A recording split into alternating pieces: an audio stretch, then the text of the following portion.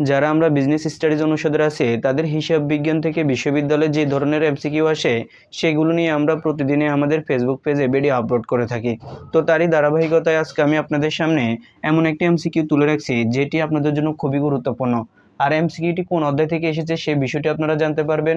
সবচেয়ে গুরুত্বপূর্ণ বিষয় হচ্ছে আমি এই এমসিকিউর মাধ্যমে আপনারা কিভাবে ক্যালকুলেটর ব্যবহার ছাড়া হাতে কলমে আপনারা এখানে ভাগের কাজ করতে পারেন সেই বিষয়টি আমি আপনাদেরকে বুঝিয়ে দেব।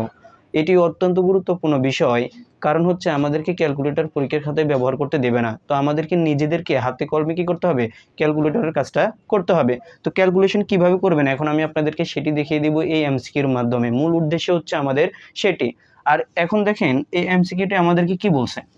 বলছে শাপলা কোম্পানির নিট চলতি মূলধন 1,80,000 টাকা এবং চলতি অনুপাত 5:2। উক্ত কোম্পানির চলতি দায়ের পরিমাণ কত? দেখেন খুব সহজ একটি এমসিকিউ। আর এটি এসেছিল আপনাদের ঢাকা বিশ্ববিদ্যালয় 2018-19 ভর্তি পরীক্ষা এবং 2003-4 ভর্তি পরীক্ষাতে আসছে এবং গুচ্ছ 2021-22 সেশনে এটি এসেছিল। তো অত্যন্ত গুরুত্বপূর্ণ একটি এমসিকিউ। আমাদেরকে এখানে যেহেতু বলছে চলতি দায়ের পরিমাণ বের করতে বলছে, কি বের করতে বলছে? চলতি দায়ের পরিমাণ বের করতে বলছে। একটি ফর্মুলা আপনারা মনে রাখেন। দেখেন এই পুরো প্রশ্নটি যদি আমরা খেয়াল করি তাহলে আমরা শুধুমাত্র এখানে একটি জিনিসের টাকা দেখতে পাবো, সেটি হচ্ছে নিট চলতি মূলধনের টাকা দেখতে পাবো। প্রশ্নে যদি কখনোই একটি জিনিসের টাকা দেওয়া থাকে তাহলে আপনারা এটি কিভাবে করবেন সমাধান। দেখেন যে টাকাটা দেওয়া থাকবে প্রশ্নে আপনি সেই টাকাটাকে বসাবেন, প্রশ্নে যে টাকাটা দেওয়া থাকবে। এরপরে আপনাকে যে জিনিসটা বের করতে বলবে তার মান দ্বারা আপনি কি করবেন, অবশ্যই আপনি গুণ করে ফেলবেন। এখন আসেন আমরা এখানে আরেকটি জিনিস বুঝি।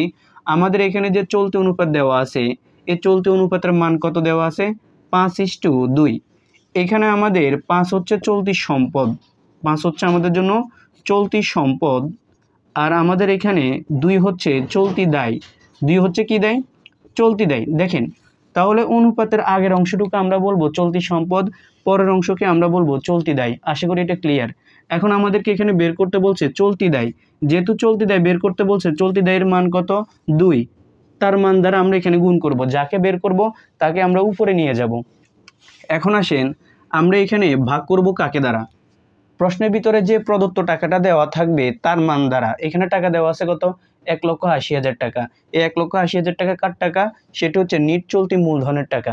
এখন প্রশ্ন হচ্ছে নিট চলতি মূলধনের মান কত, যে আমরা এখানে বসিয়ে ভাগ করব। এখন খুবই সহজ একটি বিষয়। আমরা সকলে জানি চলতি সম্পদ থেকে যখন আমরা চলতি দায় বিয়োগ করব তখন আমরা এখানে অবশ্যই নিট চলতি মূলধনটা পেয়ে যাব। আমরা সকলেই এটি জানি। তাহলে চলতি সম্পদের মান হচ্ছে 5 আর চলতি দায়ের মান হচ্ছে 2।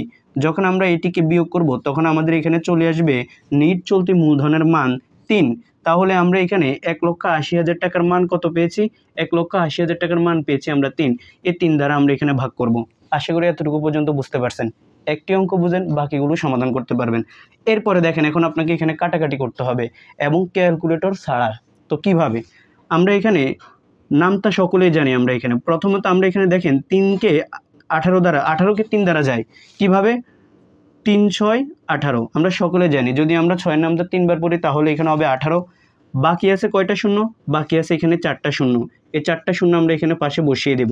এরপরে আমরা 2 দ্বারা এই 60,000কে গুণ করব। তাহলে আমরা যেটা করব সেটা হচ্ছে 6 দুগুণে কত? 6 দুগুণে 12। পাশে আছে কয়টি শূন্য?